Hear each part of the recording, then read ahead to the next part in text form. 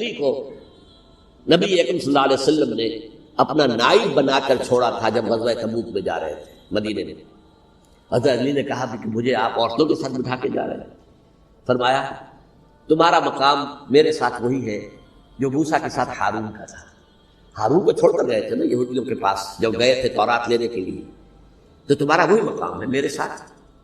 تو یہ حضرت علی ہے رضی اللہ, ان کے بارے میں میرا ان کی کیا عظمت ہے نگاہ میں, اس ضمن میں اس میں کوئی شک نہیں ہے. حضرت حسین رضی اللہ تعالی عنہ کی جو شہادت ہوئی ہے, ان کے ساتھیوں کی, اعزاء و اقارب کی, تاریخ انسانی میں یہ عزم, ہمت, شجاعت, مثابرت, صبر, استقلال, استقامت, اس کی بہت روشن مثال, بہت روشن مثال ہے, بہت روشن مثال ہے. لیکن اس سے تاریخ کی رفتار پر کوئی اثر نہیں پڑا. وہ جو ملوکیت آ گئی تھی وہ اور گہری سے گہری ہوتی چلی گئی. واقعہ کربلا کے بعد تو واقعہ ہررا ہوا میں نے گنوا دیا, اس سے زیادہ تو میرے خیال میں کہ اور ہمارے لیے لائق شرم جو ہے وہ واقعہ ہے ہی اس پہلو سے. لیکن حضرت حسین کا ایک, اب ان کو یہ کہ میں مطلب یہ کہ اگر میں ان کے ہاتھ پر بیعت کر لیتا ہوں جو کہ اس وقت سامنے موجود تھے کہ یزید کی بیعت تمہارے ہاتھ پر کرتا ہوں, تو گویا کہ اپنے آپ کو سرنڈر کر دیتے ہیں. لیکن انہوں نے قتل کیا. اصل قاتلان کوفی, وہی سبائی. البتہ یہ ہے کہ اس واقعے کی جو یادگار ہے اس میں کوئی شک نہیں ہے کہ اس نے مسلمانوں میں سے ایک گروہ کے دل میں قربانی اور شہادت کا جذبہ بہت پیدا کیا, اس میں کوئی شک نہیں.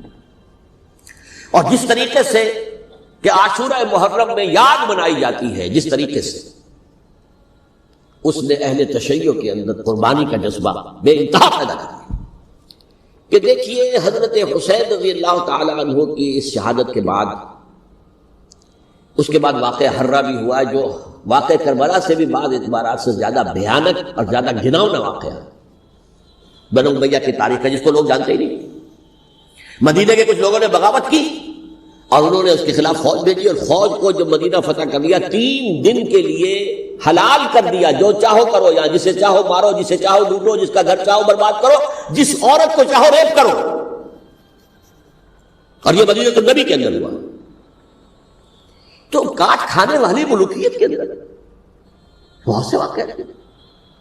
عبداللہ ابن زبیر کھڑے ہوئے, انہوں نے حکومت قائم کی تھی, لیکن یہ کہ وہ تو 6 سال کے لیے کامیاب بھی رہے, ایک حکومت قائم کی, بنو امیہ کے ہاتھ پر بیٹھنے کی, بالآخر ان کی حکومت بھی ختم ہو گئی. پھر حضرت زید کھڑے ہوئے, انہوں نے بغاوت کی, وہ بھی ناکام رہ گئے. پھر بنو عباس میں کھڑے ہوئے حضرت نفس زکیہ, حضرت حسن رضی اللہ تعالیٰ عنہ کی اولاد میں سے, وہ بھی ناکام ہو گئے, شہید ہو گئے. پھر یہ سمجھ لیا گیا کہ اب یہ جہاں تک 6ٹھی منزل ہے وہ تو دوبارہ تعمیر نہیں ہو سکتی.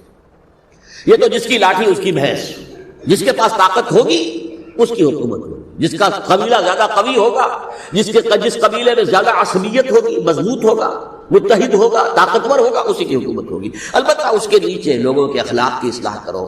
صوفیاء کرام نے وہ کام اپنے ذمے لیا, اور بالکل وہی کام ہے کہ جو ائمہ اہل بیت کرتے رہے.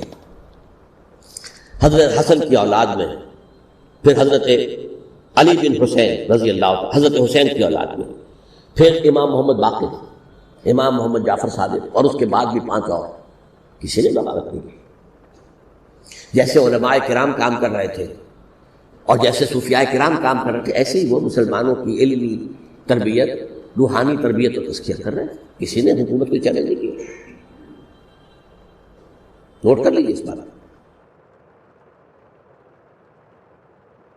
پھر میں نے عرض کیا کہ جہاں تک خلفاء ثلاثہ کی شہادت کا اور شہادت حسین یا سانحہ کربلا رضی اللہ تعالیٰ عنہم اجمعین کا تعلق ہے, اصل میں اس کو نہیں سمجھ سکتے لوگ جب تک کہ ریولیوشن اور کاؤنٹر ریولیوشن کا فلسفہ سمجھ میں نہ آئے.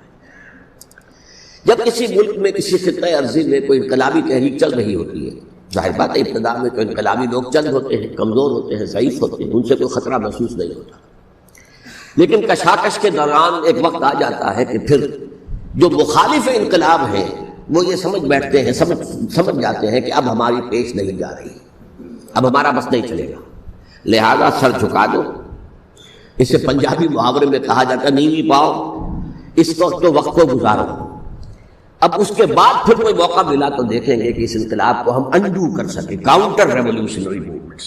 یہ اصل میں فلسفہ سمجھ میں نہ آئے، اور ریولوشن کا فلسفہ سمجھ میں نہ آئے تو سیرت النبی سمجھ میں نہیں آ سکتی۔ منہج انقلاب نبوی میری کتاب ہے، اس کو پڑھیے تو سیرت کا وہ تجزیہ آپ کے سامنے آئے گا جو آپ کی آنکھیں کھول دے گا کہ سیرت کو ہم کیا سمجھتے رہے اور سیرت اصل میں ہے کیا۔ بہرحال یہ کاؤنٹر ریولوشنری موومنٹس تھی کہ جب عرب میں حضور کو فیصلہ کن قوت حاصل ہو گئی تو جو بھی مخالفین تھے انہوں نے سر جھکا لیا، سرنڈر کیا، اسلام لے آئے، گویا کہ چھپ گئے اسلام کے لبادے میں۔ لیکن وہ تھے اسی طاق میں کہ پھر کبھی موقع ملے تو پھر ہم اس نظام کو دہو بالا کر دیں، تلپٹ کر دیں۔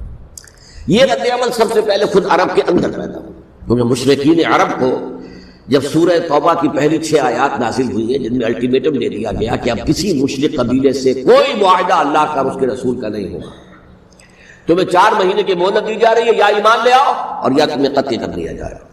یہ بہت سخت آیات ہے قرآن کی، سورہ توبہ کی ابتدائی 6 آیات۔ اور حضرت علی رضی اللہ تعالیٰ عنہ کا کہنا یہ ہے کہ اس آپ کو معلوم ہے کہ مصحف میں یہ واحد صورت ہے جس سے پہلے بسم اللہ الرحمن الرحیم نہیں لکھی ہوئی، آپ کو نظر آتی، باقی 113 صورتوں کے شروع میں بسم اللہ الرحمن الرحیم۔ تو کیا وجہ ہے یہاں کیوں نہیں؟ حضرت علی کا فرمانا ہے کہ یہ سورت تو تلوار ہاتھ میں لے کر اتری ہے، اور بسم اللہ الرحمن الرحیم میں اللہ تعالیٰ کے 2 اسماء ہیں، الرحمن الرحیم۔ تو یہ گویا کہ اس سے متضاد صورتحال ہے کہ اب تمہارے لیے آخری موقع ہے، یا ایمان لے آؤ اور یا قتل کر دیا جاؤ۔ اس میں ایک تیسری گنجائش خود بخود نکلتی تھی، یا یہ ملک چھوڑ کر چلے جاؤ، اور ایسا بہت سے لوگوں نے کیا، لیکن اکثر لوگوں نے گردن جھکائی۔ لیکن رد عمل ظاہر ہوا، ایک تو مرتدین کھڑے ہو گئے جنہوں نے نئی نئی نبوتوں کو مان لیا، ایک مانعین زکوٰۃ کھڑے ہو گئے کہ ہم زکوٰۃ تمہیں نہیں دیں گے۔ یہ رد عمل تھا مشرک عرب کا، مشرکین عرب کا۔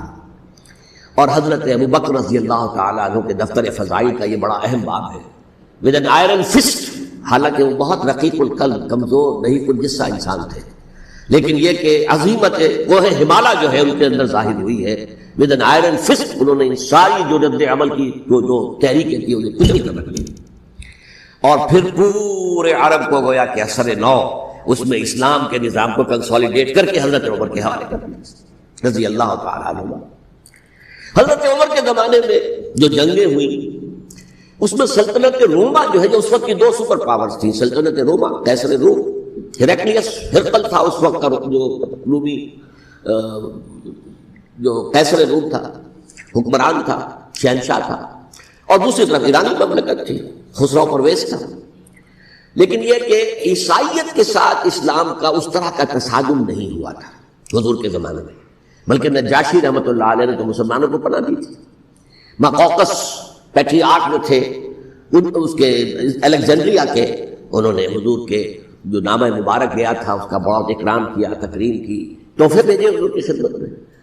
ہرقل نے بھی کوشش کی تھی کسی طریقے سے، جیسے کوئی 250 برس پہلے یا 300 برس پہلے، 300 برس پہلے جیسے کانسٹنٹائن جو ایمپرر تھا روم کا، اس نے عیسائیت قبول کی تھی اور ساری سلطنت عیسائی ہو گئی تھی، لہذا اس کی سلطنت باقی رہی، اس کی حکومت باقی رہی۔ اسی طرح ہم سب مسلمان ہو جائیں، لیکن اس میں وہ ناکام ہو گیا۔ لیکن یہ کہ کوئی اس نے کنفرنٹیشن نہیں کی حضور سے۔ البتہ ایران کا معاملہ یہ تھا کہ اس کے پرخچے اڑ گئے، اس نے حضور کے نامہ مبارک کو چاک کیا تھا، حضور نے فرمایا جب اطلاع ملی کہ اس نے اپنی سلطنت کو چاک کر دیا ہے، اس کے ٹکڑے کر دیے۔ بہرحال وہاں رد عمل شدید تھا، اور ایرانی جان لیجئے کہ ان کے اندر بہت اسٹرانگ نیشنلزم ہے، آج بھی ہے اسٹرانگ نیشنلزم، لہذا ان کے ہاں رد عمل شدید تھا۔ ان کی تو سلطنت ختم ہو گئی، نسیہ منسیہ ہو گئی، وجود نہیں رہا۔ لہذا وہاں سے جو کاؤنٹر ریولوشن شروع ہوا ہے وہ پھر ہرمزان جو ایک بہت بڑا جرنیل تھا، اس نے بڑی عیاری کے ساتھ اپنی جان بچائی تھی۔ یہ بڑا دلچسپ واقعہ ہے کہ وہ یعنی کنڈمڈ تھا اسلامی حکومت کی طرف سے، خلافت کی طرف سے، کہ وہ جہاں بھی پایا جائے اس کو قتل کرنا ہے۔ حضرت عمر کی عدالت میں لا کے پیش کیا گیا، حضرت عمر نے کہا یہ واجب قتل ہے، قتل کر دو۔ اس نے کہا اچھا مجھے ذرا پانی پلا دیجیے۔ حضرت عمر نے فرمایا ٹھیک ہے پانی لاؤ، پانی دے دیں، پانی کا کٹورا کہ مجھے پہلے ضمانت دیجیے کہ جب تک میں یہ پانی نہ پی لوں مجھے قتل نہیں کیا جائے گا۔ ہاں ہمارا وعدہ ہے۔ اس نے وہ کٹورا پھینک دیا پانی کا، کرو مجھے قتل کیسے کرو گے، میں نے وہ پانی تو نہیں پیا۔ اس سے اپنے آپ کو بچایا اس نے۔ بہرحال آپ اختلاف کر سکتے ہیں کہ حضرت عمر کو اس عذر کو قبول نہیں کرنا چاہیے تھا، لیکن بہرحال ان کی اپنی مروت اور شرافت تھی کہ اپنے وعدے کا پاس کیا۔ اس کی سازش سے ابو لولو فیروز اس نے حضرت عمر کو شہید کیا۔ یہ گویا کہ دوسری کاؤنٹر ریولوشنری موومنٹ تھی۔ انہوں نے یہ سمجھا تھا کہ یہ ساری چکی جو چل رہی ہے، جیسے چکی کی ایک کلی ہوتی ہے، وہ کلی جگہ سے ہٹ جائے تو چکی کیسے چلے گی؟ یہی بات حضرت علی نے فرمائی تھی حضرت عمر سے رضی اللہ تعالی عنہما۔ جب شام کے محاذ پر کچھ پسپائی سی ہو رہی تھی تو حضرت عمر نے ارادہ کیا میں خود جاؤں گا محاذ پر اور کمانڈ کروں گا۔ حضرت علی رضی اللہ تعالی عنہ نے فرمایا کہ نہیں امیر المومنین آپ مت جائیں، چکی اسی وقت تک چلتی ہے جب تک کہ کلی گڑی ہوئی، آپ کلی ہیں اس وقت اس نظام کی جس کے گرد یہ اسلام کی چکی گھوم رہی، آپ مت جائیں۔ لہذا حضرت عمر نے ان کی بات مانی، اس قدر صائب مشورہ تھا جو کیا تھا۔ بہرحال انہوں نے یہ سمجھا تھا کہ عمر ہی کے بل پر چل رہا ہے یہ سب کچھ، لہذا عمر کو پیچھے ہٹا دینے سب بیٹھ جائے گا۔ لیکن ظاہر بات ہے کہ محمد رسول اللہ کی بنائی ہوئی عمارت صلی اللہ علیہ وسلم اتنی کمزور نہیں تھی۔ اس کے بعد حضرت عمر کے انتقال کے بعد حضرت عثمان کا انتخاب ہوا، اور حضرت عثمان کے بھی 10 سال پہلے جو ہے وہ بالکل حضرت عمر کی جو دور خلافت ہے اس کے بالکل مشابہ ہے، مماثل۔ ہمارے ذہنوں میں یہ تصور بٹھا دیا گیا کہ سارے 12 سال شاید فتنہ ہی فتنہ رہا، فساد ہی فساد رہا، دنگا رہا، لڑائی رہی۔ نہیں 10 سال پورا امن، اور جس طریقے سے فتوحات کا سیلاب حضرت عمر کے زمانے میں جا رہا تھا اسی طریقے سے حضرت عثمان کے 10 سالوں کے دوران گیا۔ آخری 2 سالوں میں ایک فتنہ اٹھا ہے، یہ فتنہ کیا ہے اس کو سمجھ لیجیے۔ مذاہب کی جو 3 سے کنفرنٹیشن ہوئی تھی، ایک تو یہ کہ مملکتوں میں سے مملکت ہرقل، مملکت روم، مملکت ایران، رومی سلطنت کی 2 ٹانگیں مسلمانوں نے توڑ دی، شمالی افریقہ سے نکال دیا، مغربی ایشیا سے نکال دیا، لیکن یورپ میں وہ قائم تھا، اس کی سلطنت تھی، لیکن ایرانی سلطنت کا بالکل کیا باجا ہو گیا، ختم۔ اسی طریقے سے 3 مذاہب سے کنفرنٹیشن ہوئی، مشرکین عرب سے، اس کا میں بیان کر چکا ہوں، ان کا پہلا وار حضرت ابوبکر کے عہد خلافت میں ہو گیا۔ دوسرے جو عیسائیوں کا معاملہ تھا ان سے بھی کوئی تصادم نہیں ہوا حضور کے حیات طیبہ کے دوران، لیکن جو یہودیت بطور مذہب، اس کو ظاہر بات ہے کہ اسلام نے اس کو ختم کیا تھا، کم سے کم جزیرہ نمایاں عرب سے۔ مدینے میں 3 قبیلے تھے جو اپنی غداری کی وجہ سے اور اپنی صلح کو توڑنے کے جرم کی پاداش میں 2 نکالے گئے، اور تیسرا جو ہے اس کے تمام جو جوان افراد تھے انہیں قتل کیا گیا۔ پھر خیبر پر حملہ کیا گیا، اور خیبر کو جو ہے فتح کیا گیا، وہ یہودیوں کا بہت بڑا گڑھ تھا، اور جو مدینے سے نکالے گئے تھے وہ بھی وہیں جا کر مقیم ہو گئے تھے۔